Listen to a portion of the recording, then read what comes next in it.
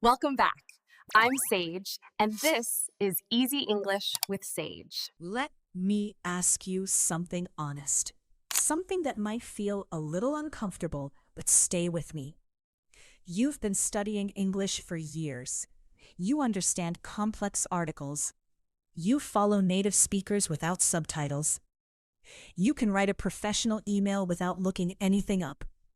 By every measurable standard, you are advanced. And yet, there are moments where something slips out and a native speaker pauses just slightly. A moment in a meeting where your sentence lands a little too heavy or a little too stiff. A moment where you know exactly what you want to say, but the words that come out feel like they belong in a textbook rather than a real conversation. You're not imagining it, and it's not about vocabulary. It's not about grammar rules you haven't learned yet. It's something subtler than that. And today, we are going to name it, practice it, and correct it. Together. Today's episode is called Common C1 Mistakes That Make You Sound Intermediate. And if that title caught your attention, it's because somewhere inside, you already know this applies to you. That's not a criticism. That's the mark of a serious learner. Only someone truly advanced asks, why do I still sound like I'm almost there? By the time we finish today, you'll be able to hear these mistakes in yourself, and more importantly, you'll have the tools to correct them in real time, without freezing, without overthinking, and without going back to basics. If your goal is to sound confident, natural, and genuinely fluent in advanced English, this channel was built for you. Subscribe if you haven't. Turn on the notification, because every episode here is designed specifically for serious adult learners who are done with beginner content and ready to reach the level they've always known they were capable of. Now, let's begin. I want you to think about something that most English teachers never tell you. There is a very specific gap that forms in advanced learners. It forms not because they lack knowledge, but because they have too much of a certain kind of knowledge and not enough of another kind. Most serious learners, especially those who studied English through formal education or through years of self-study, have built an incredibly strong foundation in written English. They know the rules, they know the structures. They can analyze a sentence with precision. And that knowledge is genuinely valuable. It is not wasted. It is the reason they are at C1 at all. But spoken fluent English, the kind that makes people say, you sound educated, you sound natural, you sound like someone I'd trust in a boardroom or a conversation. That kind of English is not built from rules alone. It is built from patterns, rhythm, instinct, and a very specific kind of awareness. And today we are going to build that awareness together. I'm going to take you through the most common mistakes that hold C1 learners at an intermediate sounding level, even when their actual knowledge is advanced. These aren't small grammar corrections.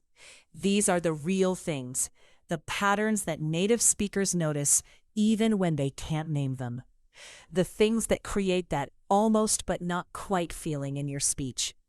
We'll move through each one slowly and thoroughly. We'll practice out loud. We'll use real situations. And by the end, you'll hear the difference, not just in theory, but in your own voice. Let's begin with the first one, and it may surprise you. The first mistake is this: using grammar correctly, but choosing the wrong level of language for the moment. Say that again with me slowly, so it lands.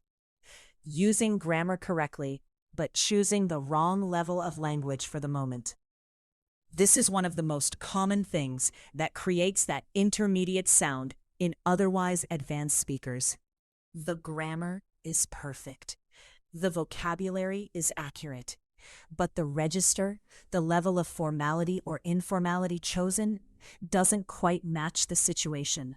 And native speakers feel it immediately, even when they can't identify exactly what's off. Let me give you a real example.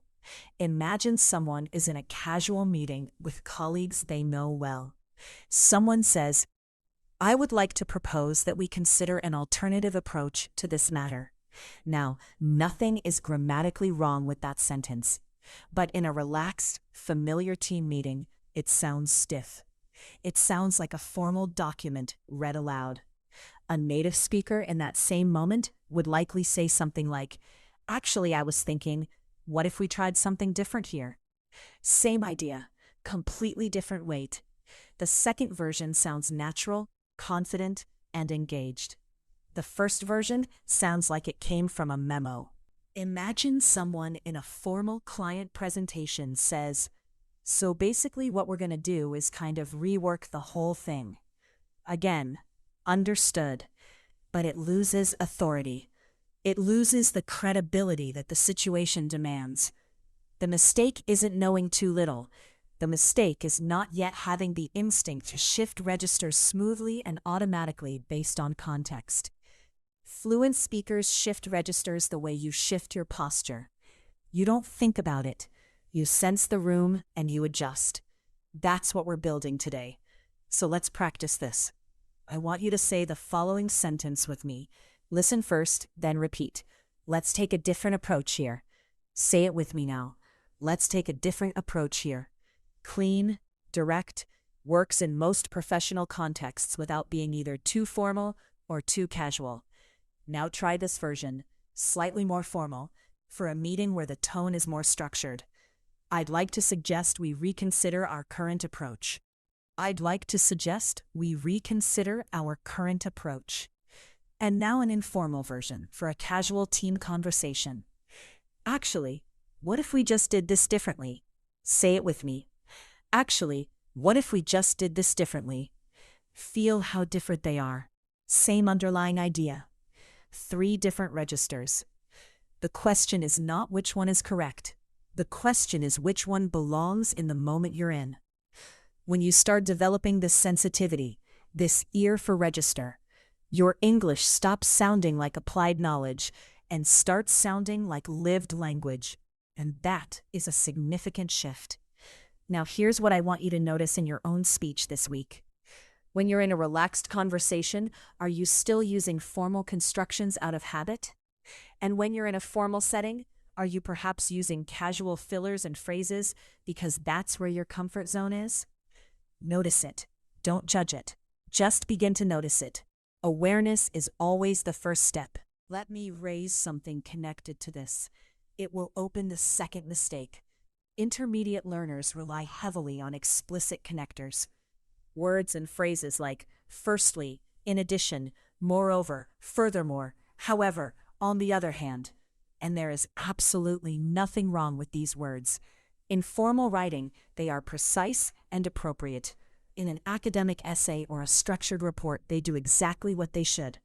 But in spoken English, even professional spoken English, native speakers rarely use furthermore in a sentence. They use something far more natural. They use flow. This is the second mistake, over-relying on textbook connectors in spoken English.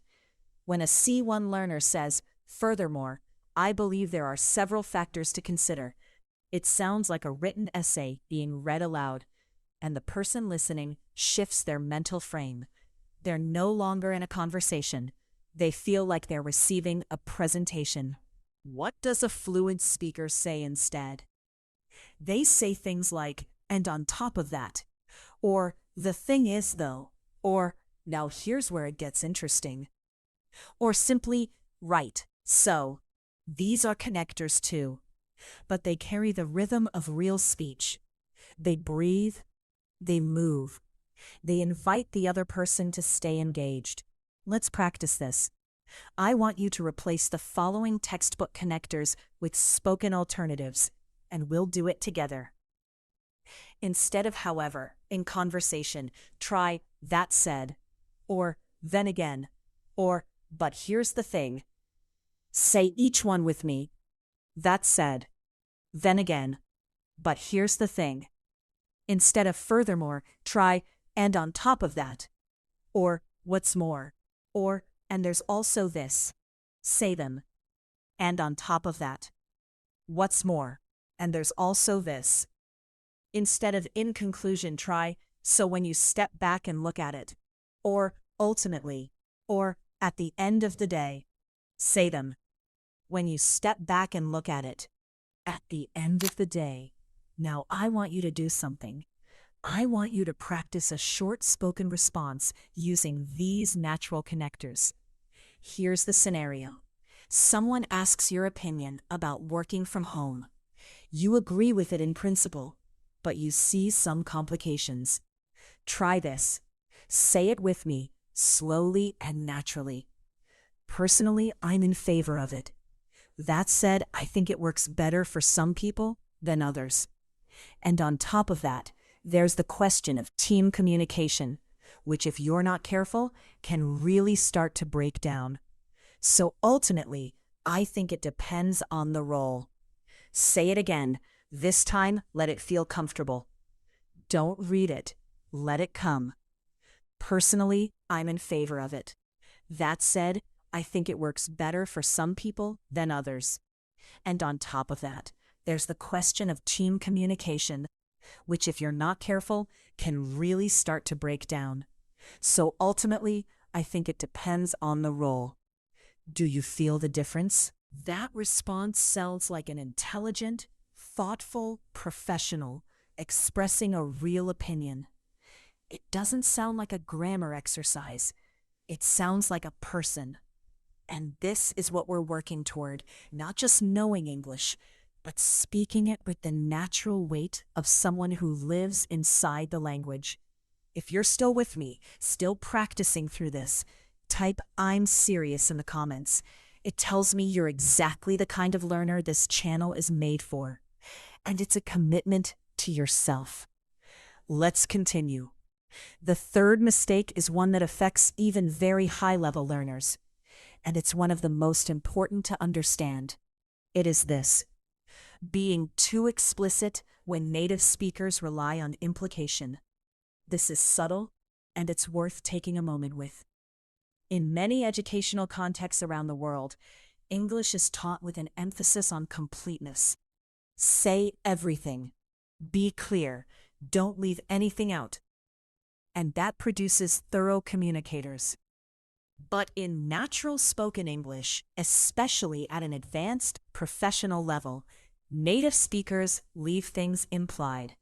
They trust the listener to fill in the gap, and the result sounds more intelligent, more confident, and more natural. Let me show you the difference. A learner might say, "I think that the proposal you made has some good aspects, but I also think that there are some areas that could possibly be improved." A fluent speaker might say, "There's a lot here that works. A few things I'd want to revisit, though." Both say the same thing, but look at what the second version does. It trusts the listener. It's confident without hedging every word. It implies this is partially good without spelling it out. It uses the word revisit instead of possibly improve, which is more precise and more professional. And it ends with though, a small word that carries a lot of conversational weight. It signals, I'm not dismissing your idea. I'm engaging with it honestly. This kind of language that implies trust, intelligence, and collaboration, is what separates C1 from truly advanced fluency. Let me give you a few more examples of this shift from over-explicit to naturally fluent. Over-explicit. I am not completely certain, but I believe that might potentially be a good idea. More natural. That could work, actually. Over-explicit. I would like to make it clear that I understand your perspective. However, I have some reservations about the approach. More natural. I hear you. I'm just not fully convinced on the approach. Over-explicit. In my opinion, the reason why the project did not achieve its original goals is likely due to a lack of clear communication between the different teams involved. More natural. Honestly, I think it came down to communication. The teams weren't really aligned. Say that last one with me. Honestly, I think it came down to communication. The teams weren't really aligned. Feel how much weight that carries. No hedging, no apologizing for having an opinion, just a clear, intelligent, confident observation. This is the voice of someone who sounds advanced, someone who sounds like they belong in the room. Now I want you to practice transforming a sentence yourself. Here's an over-explicit version. Listen to it first. The reason I am somewhat hesitant about this is because I am not fully confident that we have thoroughly analyzed all of the potential consequences that could arise from this decision. Now, say a more natural version with me. I'm not sure we've thought this all the way through, to be honest. Say it again. I'm not sure we've thought this all the way through, to be honest. Powerful, shorter, clearer, and far more natural. One more. Here's the over-explicit version. I wanted to inquire as to whether or not you would be available at some point to have a conversation about the topic we were discussing earlier. Do you have a few minutes to follow up on what we discussed? Say it with me. Do you have a few minutes to follow up on what we discussed? Clean, professional, confident. This is not about dumbing your language down. This is about trusting yourself enough to say more with less. That confidence, the confidence to be concise, is one of the defining features of truly fluent, intelligent English. Let's move forward, because we've covered 3 deep areas, and there is still so much ahead. The 4th mistake. This one is particularly relevant if you've ever found yourself wondering why, even when you're saying something correct, you feel like you're not quite landing. Like people are listening to you, but they're not quite with you. The 4th mistake is this: mismanaging the rhythm and stress of English sentences. English is a stress-timed language. That means certain words in a sentence carry the weight, the emphasis, the meaning, and the other words are spoken more quickly, more lightly, almost swallowed. This creates a wave-like rhythm. Strong syllables rise, weak syllables fall away. Many advanced learners, especially those whose native languages are syllable-timed, where every syllable receives roughly equal stress, tend to speak English with a more even, measured rhythm. And while that's perfectly understandable, it produces speech that sounds careful. It sounds like someone thinking very hard about every word, which, at a certain level, is no longer a compliment. Let me demonstrate this with a sentence. I want you to listen to how emphasis changes meaning. Take this sentence. I didn't say she took the money. Now watch what happens when I stress different words. I didn't say she took the money, meaning someone else said it, not me. I didn't say she took the money, meaning maybe she borrowed it, not that she stole it. I didn't say she took the money, meaning I said something else entirely, not that.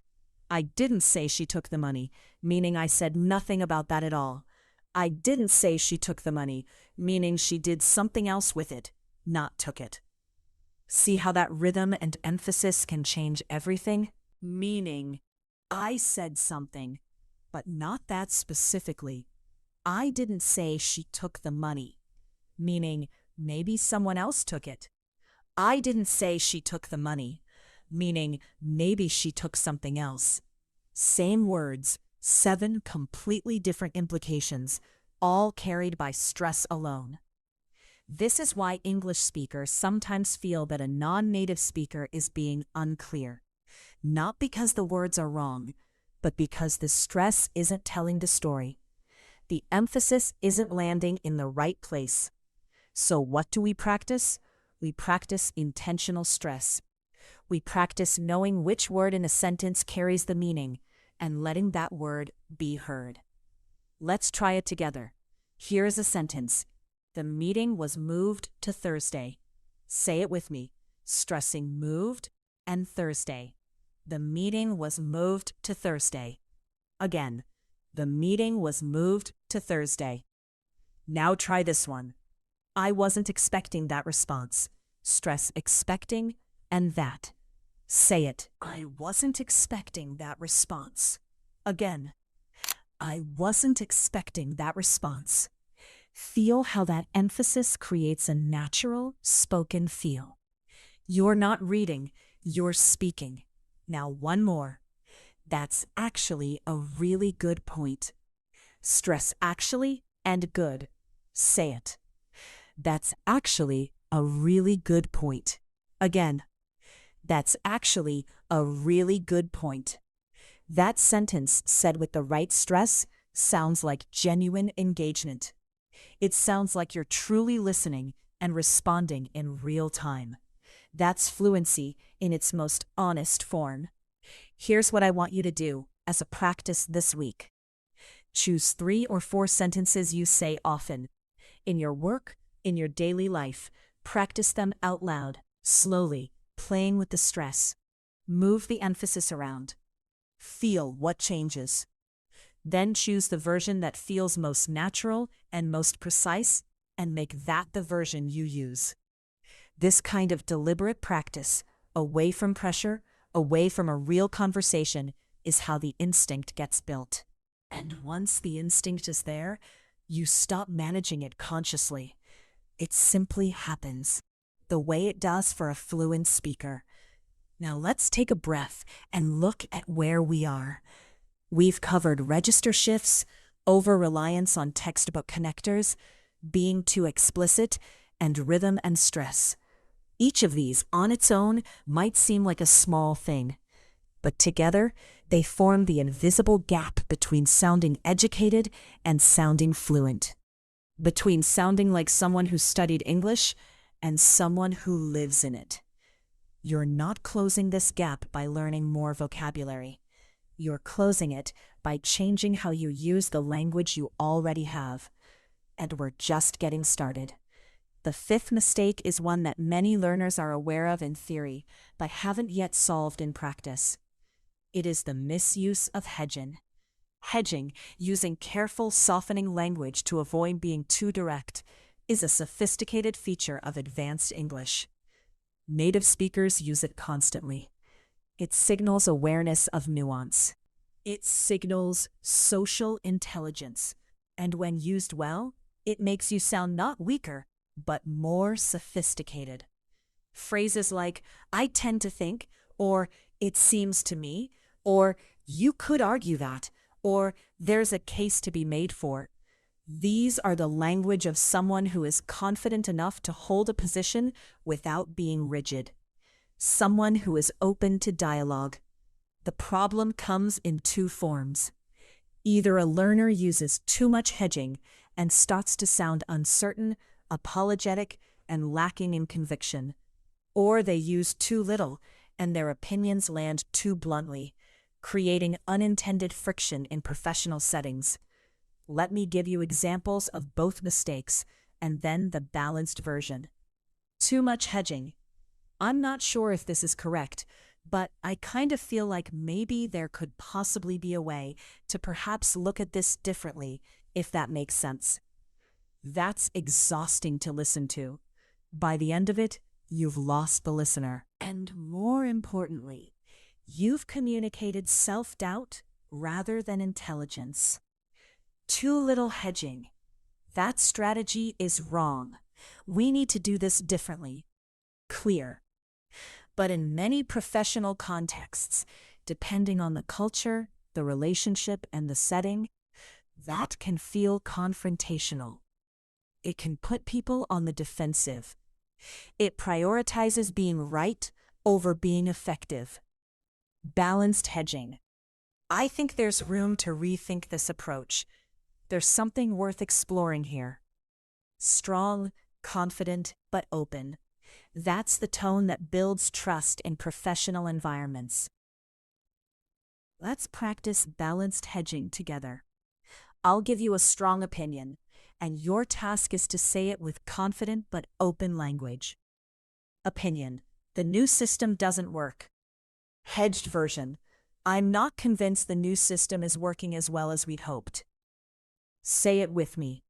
I'm not convinced the new system is working as well as we hoped.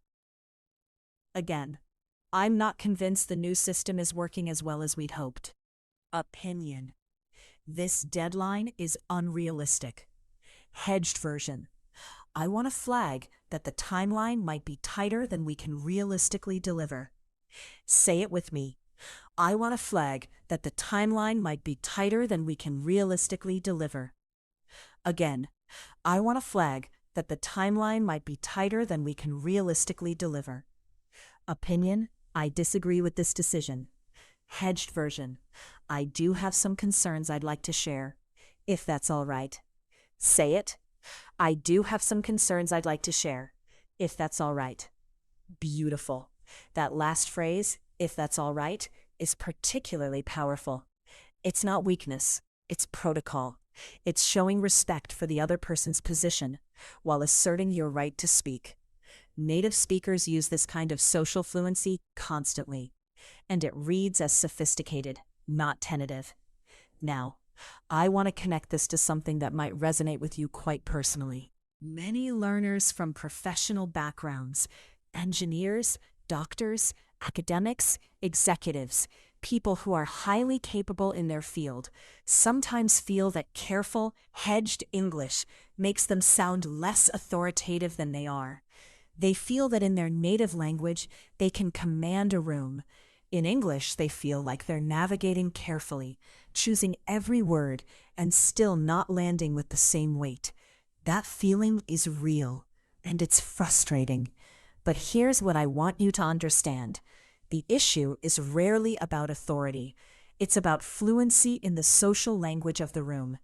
When you master register, rhythm, implication, and hedging, your authority comes through naturally because the language is no longer getting in the way. Your ideas can land without friction.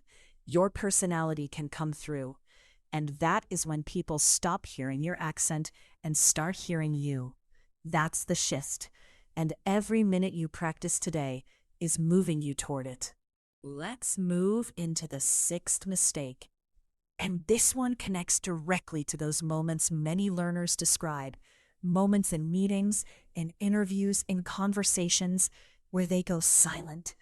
Not because they don't know what to say, but because they can't find the right word quickly enough. And instead of bridging the gap, they freeze. The sixth mistake is this: not having a set of fluency bridges ready. A fluency bridge is a phrase, a short, natural-sounding expression that a fluent speaker uses while their mind catches up to their mouth. It keeps the conversation flowing. It signals that you're still in the exchange. It buys time without sounding like you're buying time. In English, native speakers use these constantly, so constantly, in fact, that they don't even notice. But when a non-native speaker goes silent, or worse, says "one moment please," and visibly searches for a word, the conversation loses its natural rhythm.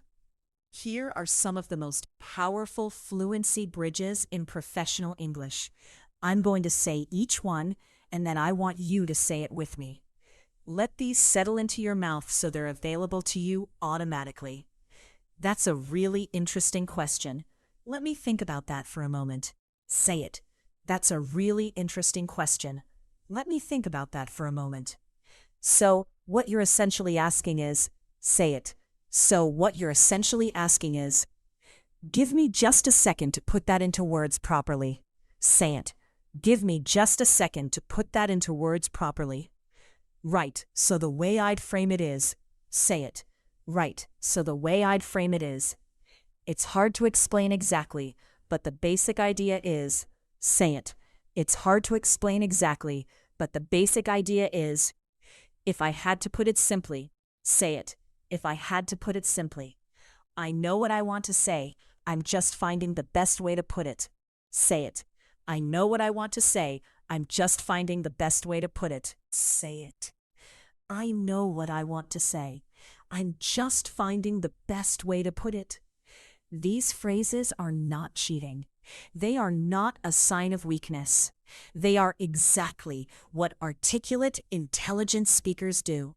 Because thinking carefully about how to express something precisely is a mark of intelligence, not a gap in fluency. The difference between a learner and a fluent speaker in this moment is not that the fluent speaker always has the word immediately available. The difference is that the fluent speaker knows how to stay in the conversation while they find it. Practice these until they are completely automatic. Say them in the shower. Say them while you walk. Say them while you cook. Let them live in your body, not just in your mind. Because in the real moment, in the meeting, in the interview, in the conversation that matters, you won't have time to think. You need these ready. Let's do a short scene together. Imagine you're in a client meeting and someone asks you an unexpected question. Can you tell me how your team handles quality control when the timeline is compressed? You weren't expecting that specifically. You know the answer, but you need a moment.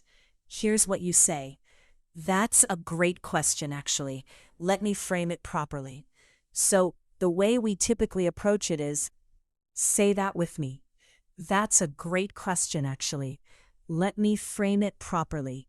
So the way we typically approach it is, and then you continue with whatever the real answer is. But notice what happened. You didn't go silent. You didn't say, You didn't say, please wait. You used professional, fluent language to bridge the gap. And the client experienced you as thoughtful, not lost. That's the power of a fluency bridge. And now you have several. If you're finding this valuable, and I believe you are, because this content isn't for casual learners, subscribe to this channel. This is the kind of episode we make here. Practical. For serious adults who want real results. Now let's continue into the seventh mistake. The seventh mistake is one that creates a very specific kind of problem in professional settings. It's this. Using words that are technically correct but carry the wrong tone. This is a word choice issue, but it's not about vocabulary gaps. It's about connotation, the emotional and social meaning that a word carries beyond its dictionary definition. Let me give you some examples. The word cheap. In English, cheap can mean inexpensive, but it almost always carries a negative connotation. It suggests low quality. It suggests something undesirable. So when someone says, this is a cheap solution, they usually don't mean this is an affordable solution. They mean this is a poor quality solution. A learner who says, we found a cheap hotel that works well, may be trying to say, we found an affordable hotel that's perfectly adequate. But what a native speaker hears is something closer to, we found a low-quality hotel. The connotation creates the wrong impression. The better word in that context is affordable, or reasonably priced, or even just good value. Here's another one, the word aggressive. In some business contexts, aggressive can be a compliment. An aggressive growth strategy, an aggressive timeline. But if you use it to describe a person in English, it almost always sounds negative. She's very aggressive implies she's difficult, confrontational, perhaps hostile. What many learners mean to say, especially those whose first language uses a similar word as a positive descriptor, is something more like, she's very driven, or she's very decisive, or she's a strong communicator. These connotation errors happen when you know a word's meaning, but you haven't absorbed its emotional weight. And the only way to absorb that emotional weight is through listening. Real, sustained listening to how fluent speakers use words in context. Let me give you some pairs to practice. I'll give you the word that creates the wrong impression and the more precise, natural alternative. Listen first, then say the correct version with me. Instead of cheap, when you mean affordable, good value. Say it. Good value. Instead of aggressive, when you mean driven, highly motivated, or results-oriented. Say it. Highly motivated, results-oriented. instead of obvious when you mean something is clear, evident, or clear, because obvious can sometimes imply the other person should have already known, which can sound condescending. Say the alternatives: evident, clear, instead of demand when you mean require or need, because demand implies pressure in a way that can create friction. Say them: require, need, instead of mistake when talking about someone else's error in a sensitive context, oversight, or something we might want to revisit. Say it: oversight, something we might want to revisit. These are small shifts, but they are the shifts that make the difference between being correct and being precisely right, between being understood and being fully effective. This is the level of language awareness that C1 learners are building, and you're building it right now. Let's keep the momentum, because the next mistake is one that I think will surprise some of you and recognize something you may not have had a name for before. The 8th mistake: using the wrong pronoun perspective when speaking about general experience. This is subtle but significant. In English, when you're talking about a general experience, something that is true for people broadly, not just for yourself, fluent speakers often switch to you rather than staying with I. A learner might say, "When I am in a formal meeting and I am not confident in my English, I feel very nervous and I cannot think clearly." A fluent speaker in the same moment might say, "You know that feeling when you're in a formal meeting and you're not entirely confident? Your mind just goes blank. It's frustrating." Did you hear the difference? The second version uses you, not to mean you specifically, but to mean any person. It's a way of generalizing an experience, of inviting the listener to identify with it, of building connection through shared reality. This is a major feature of natural conversational English. And it's also a sign of someone who is comfortable enough in the language to use its social mechanisms, not just its grammatical ones. Let's practice. I'll say a sentence in the I version, and then we'll say the natural you version together. When I'm in a conversation and I can't find the right word, I feel embarrassed. You know that moment when you're mid-conversation and the word just disappears? It's a bit embarrassing. Say the natural version with me. You know that moment when you're mid-conversation and the word just disappears? It's a bit embarrassing. One more. When I read something in English that I really understand well, I feel very satisfied. More natural. There's something really satisfying about reading something in English and just following every word effortlessly. Say it with me. There's something really satisfying about reading something in English and just following every word effortlessly. Beautiful. You're beginning to hear the difference now between English that reports experience and English that shares it. Shared language creates connection. Reported language creates distance. And at C1 and above, connection is the goal. Now, I want to spend some time on something that connects several of the things we've discussed today. Something that I think is at the heart of what separates a good English learner from a truly fluent English speaker.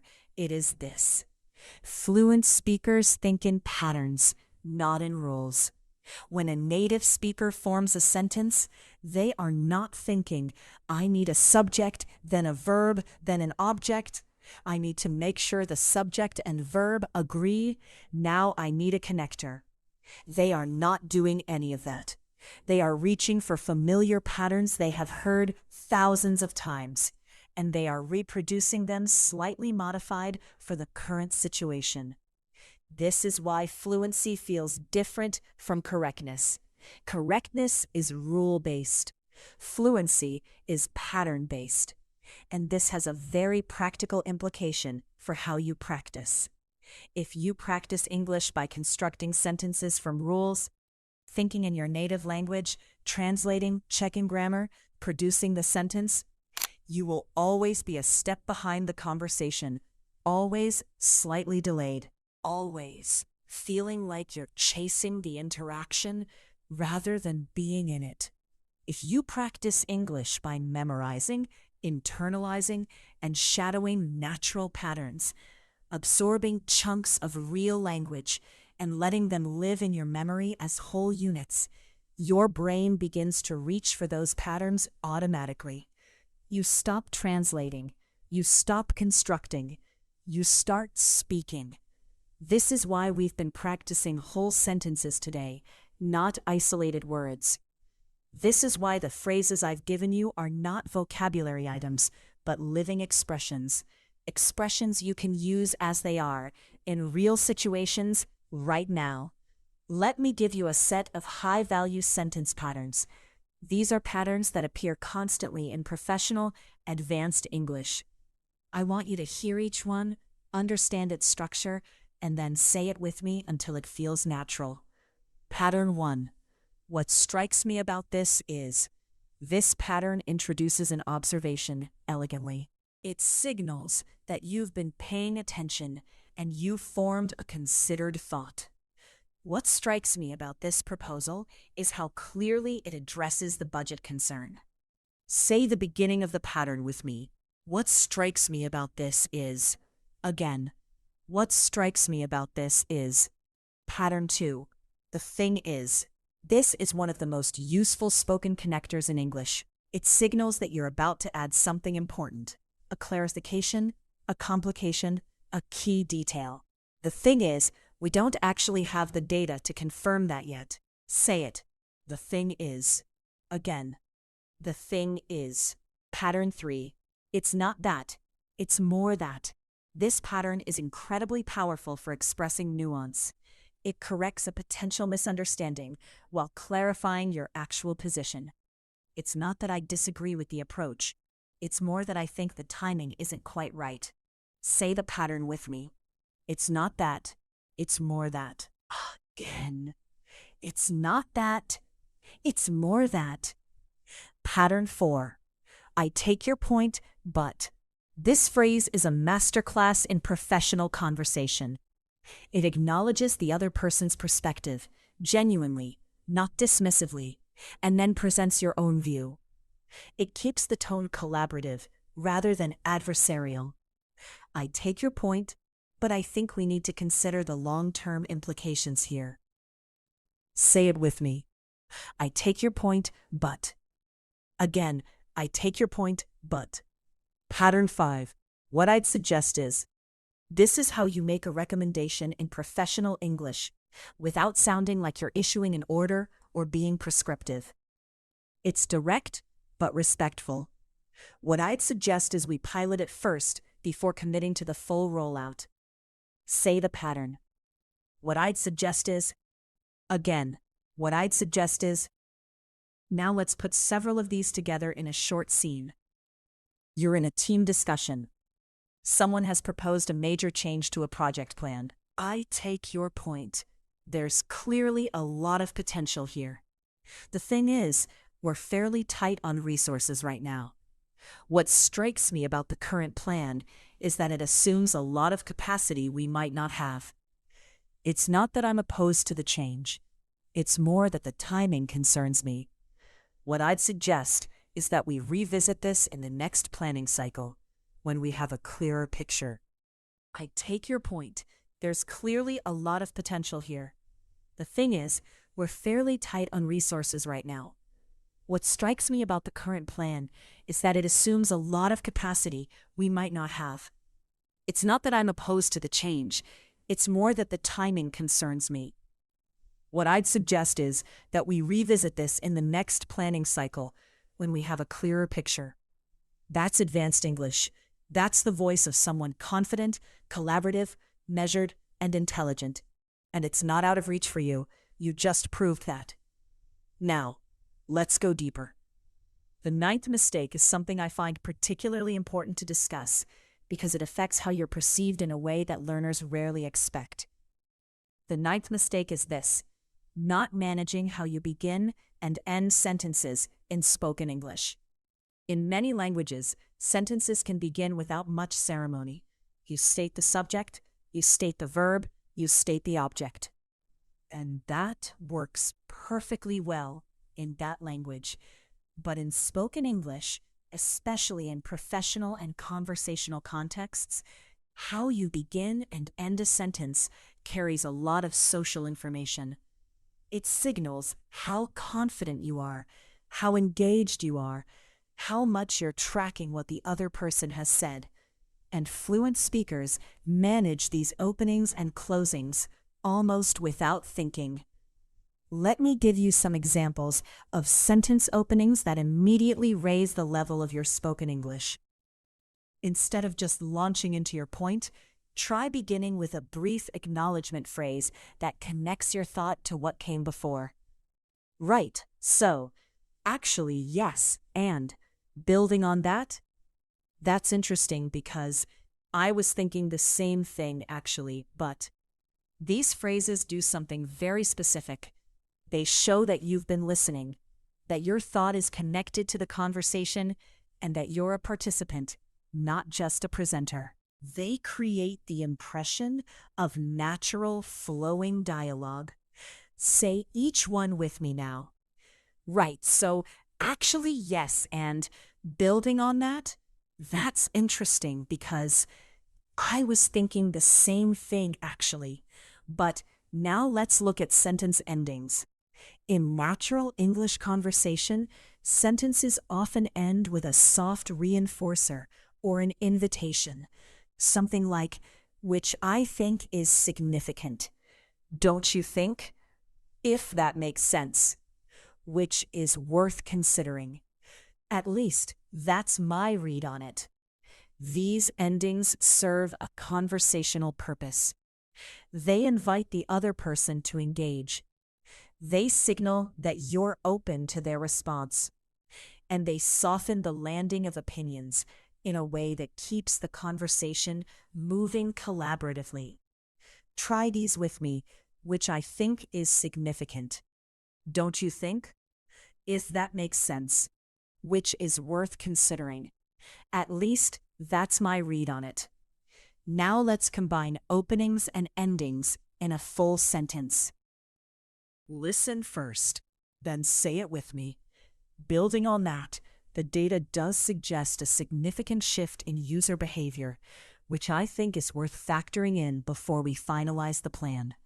Say it with me. Building on that, the data does suggest a significant shift in user behavior, which I think is worth factoring in before we finalize the plan. One more. That's interesting because what we've been seeing on our end actually points in the same direction. At least that's my read on it. Say it. That's interesting because what we've been seeing on our end actually points in the same direction. At least that's my read on it. This is English that lives and breathes. This is English that makes people want to continue the conversation with you.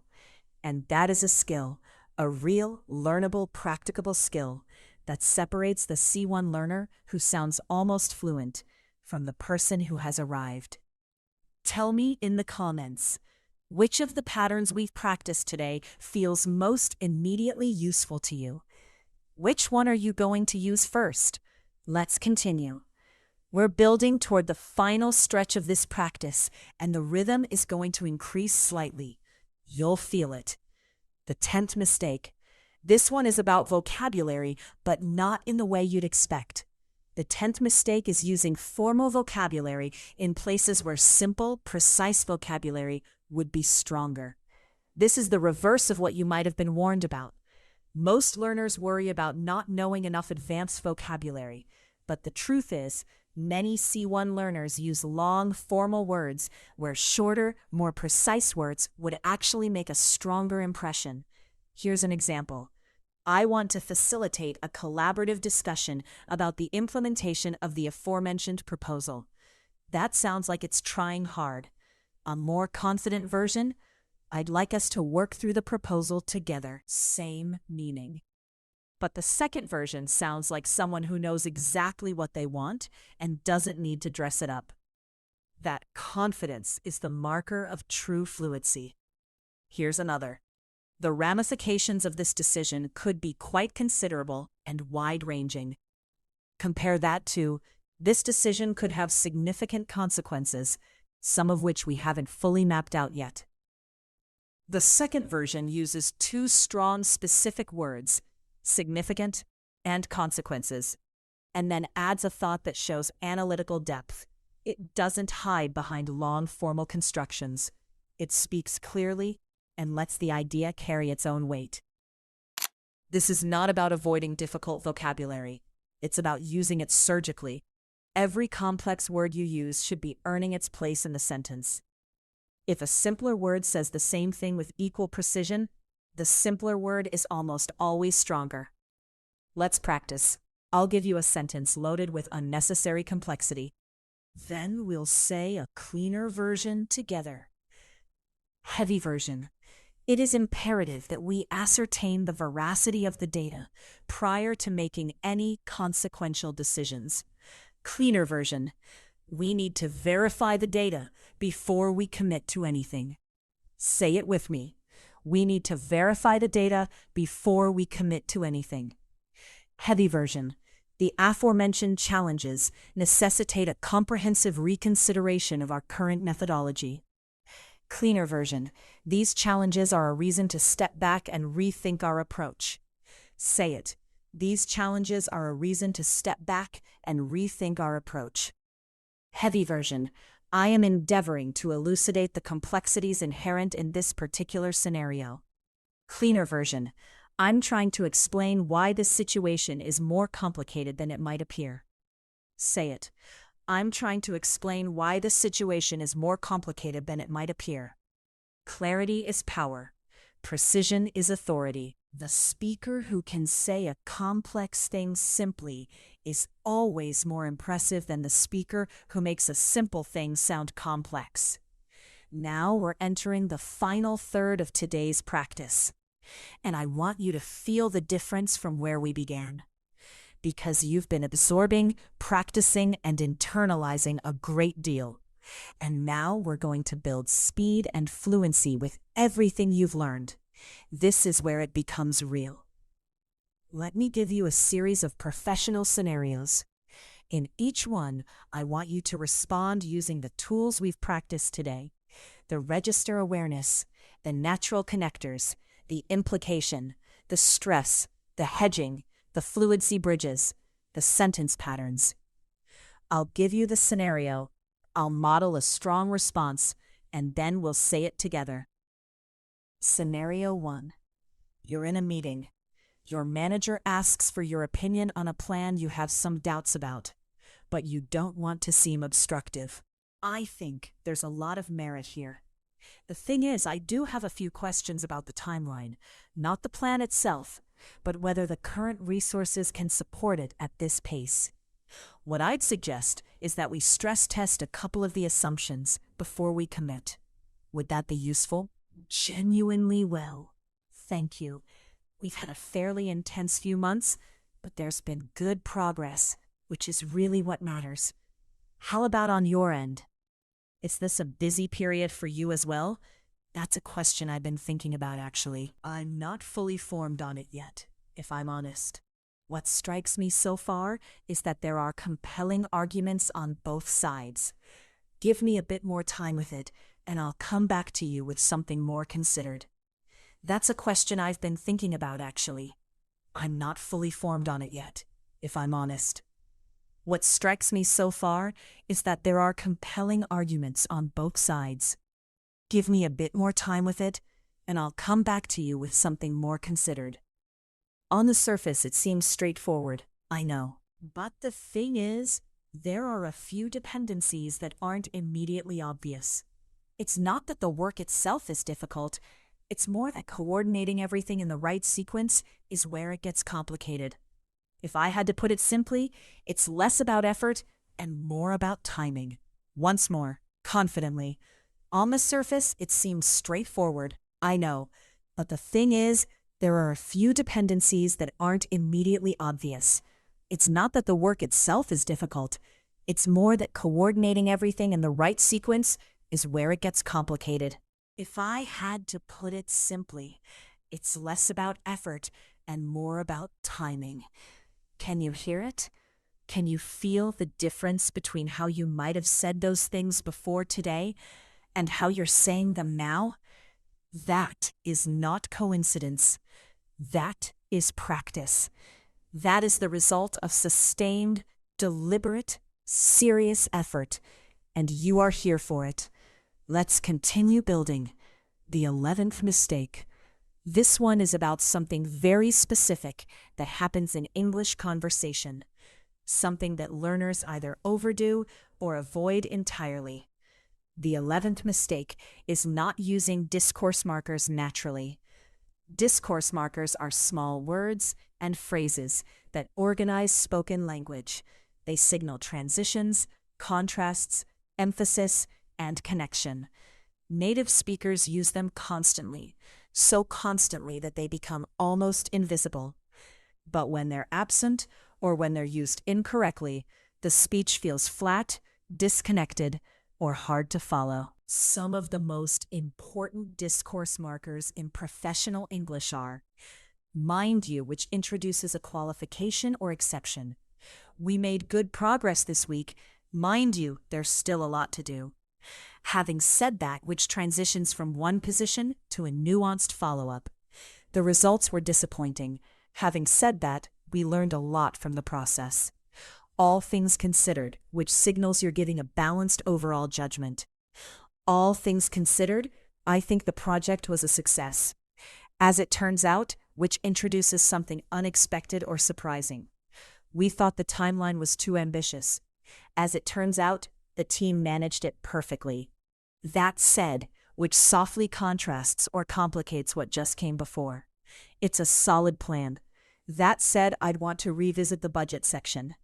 Let me say each one again, and have you say it after me. Mind you, say it. Mind you.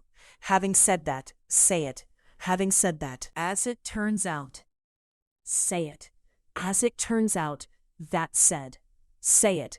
That said. Now let's use each one in a full sentence. The presentation could have been more concise. Mind you, the content itself was very strong. Say it. The presentation could have been more concise. Mind you, the content itself was very strong. We didn't hit the original target. Having said that, we got closer than we expected. Say it. We didn't hit the original target. Having said that, we got closer than we expected. It was a challenging year. All things considered, I'm proud of what the team achieved. Say it. It was a challenging year. All things considered, I'm proud of what the team achieved. We were worried the client would reject the proposal. As it turns out, they loved it. Say it. We were worried the client would reject the proposal. As it turns out, they loved it. The new system is an improvement. That said, the onboarding process needs work. Say it. The new system is an improvement. That said, the onboarding process needs work. That said, the onboarding process needs work. These markers give your speech shape. They give the listener a map. They signal, here is where I am in my thought. Here is where I'm going. Follow me. And a listener who feels guided through a speaker's ideas is a listener who feels the speaker is in control. And that is the impression you want to leave. Now let me bring in one more mistake, because it's been on my mind throughout this entire session, and I think you'll recognize it immediately. The 12th mistake is this: not asking questions in the right way. This is about interrogative softeners, the phrases that make a question feel like an invitation rather than a demand. And this is something that makes a significant difference in professional and social English. A direct question asked without softening can feel blunt or even aggressive, even when that's completely unintentional. Why did you do it that way? That question said plainly might land quite harshly, even if the person asking it is completely friendly and just curious. Soften it. Can I ask, what was the thinking behind that approach? Or, I'm curious, what led you to choose that direction? Or, just to understand better, Why did you go that route? These versions ask the exact same thing, but they signal curiosity rather than challenge. They signal openness rather than judgment. And that distinction matters enormously in professional English. Let's practice. What's the problem? Is there something specific we should be aware of? Say it. Is there something specific we should be aware of? Why haven't you done this yet? Is there something that's been getting in the way? Say it. Is there something that's been getting in the way? Do you understand? Does that make sense? Or are we on the same page? Say them. Does that make sense? Are we on the same page? What do you need from me?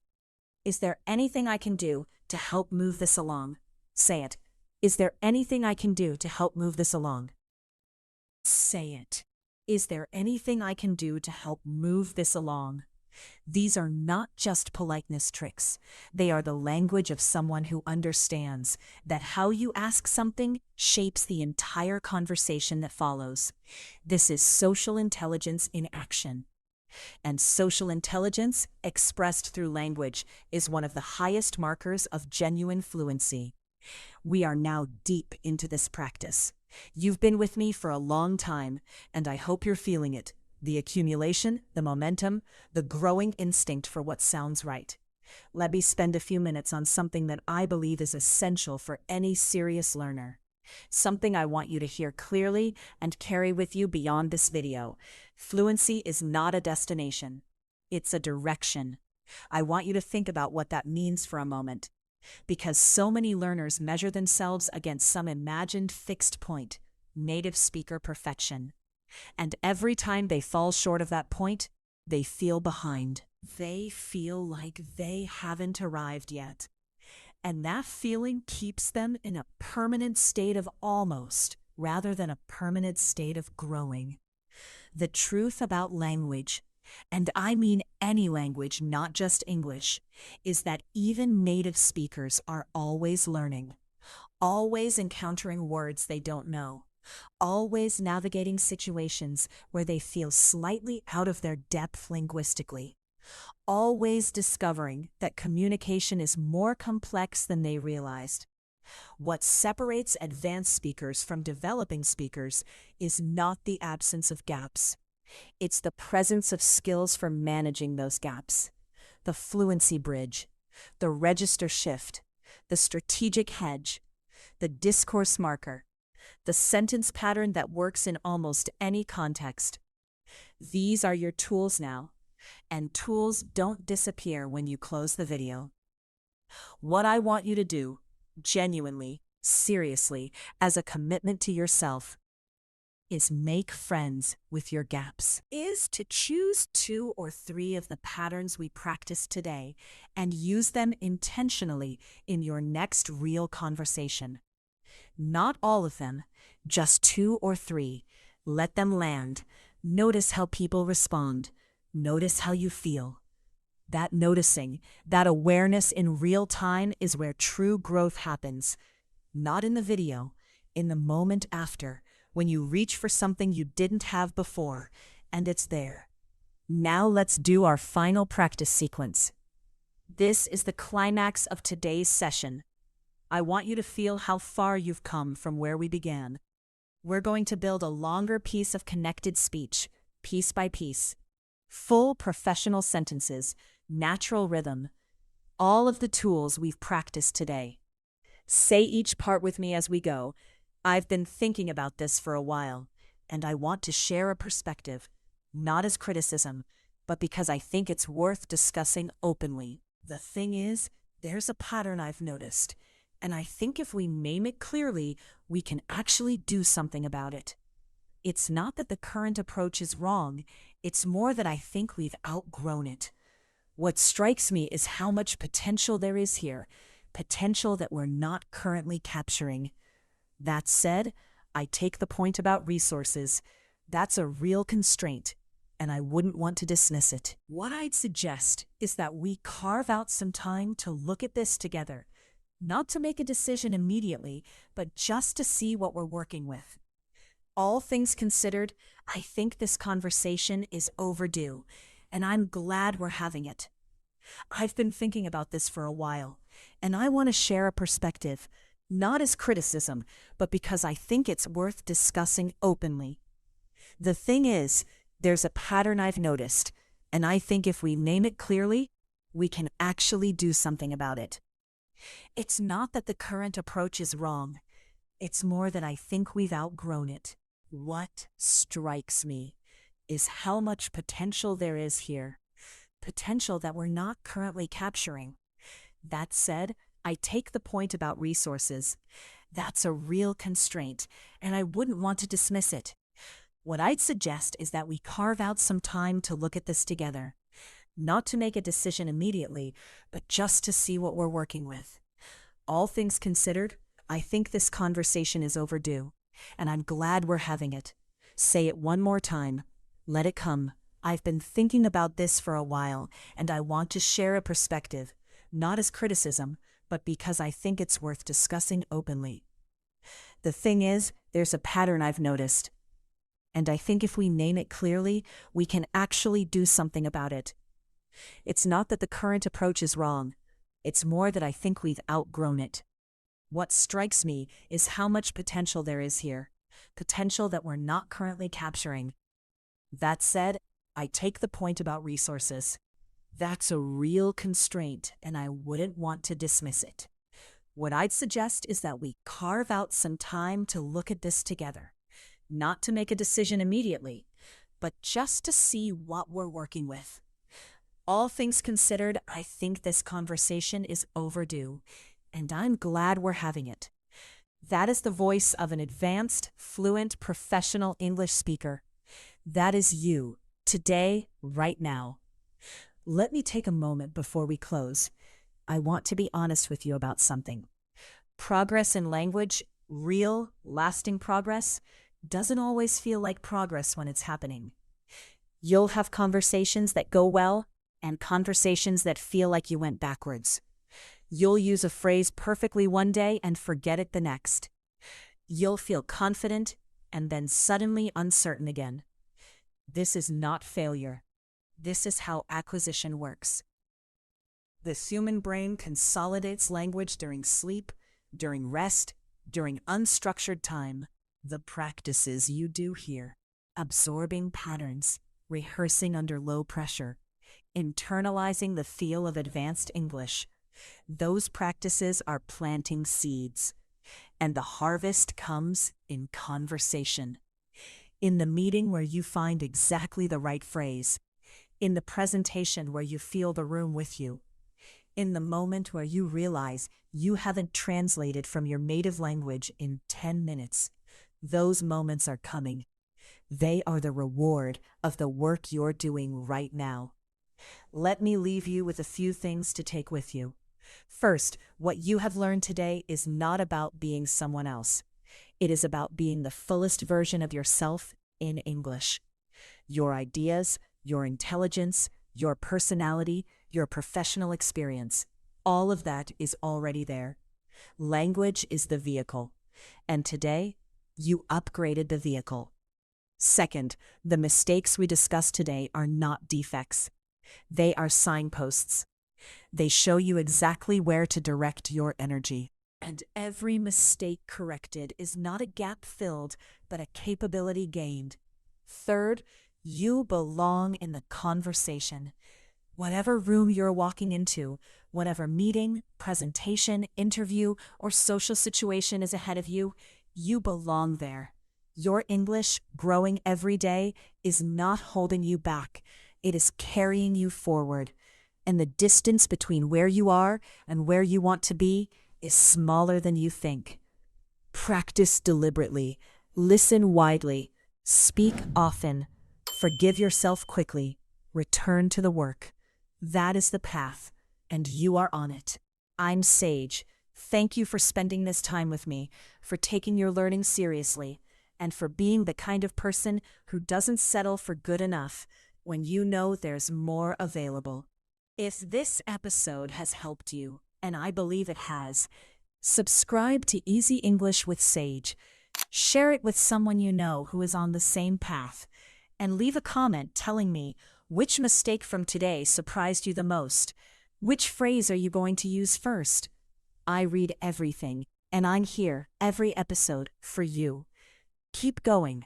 The language is yours. Claim it.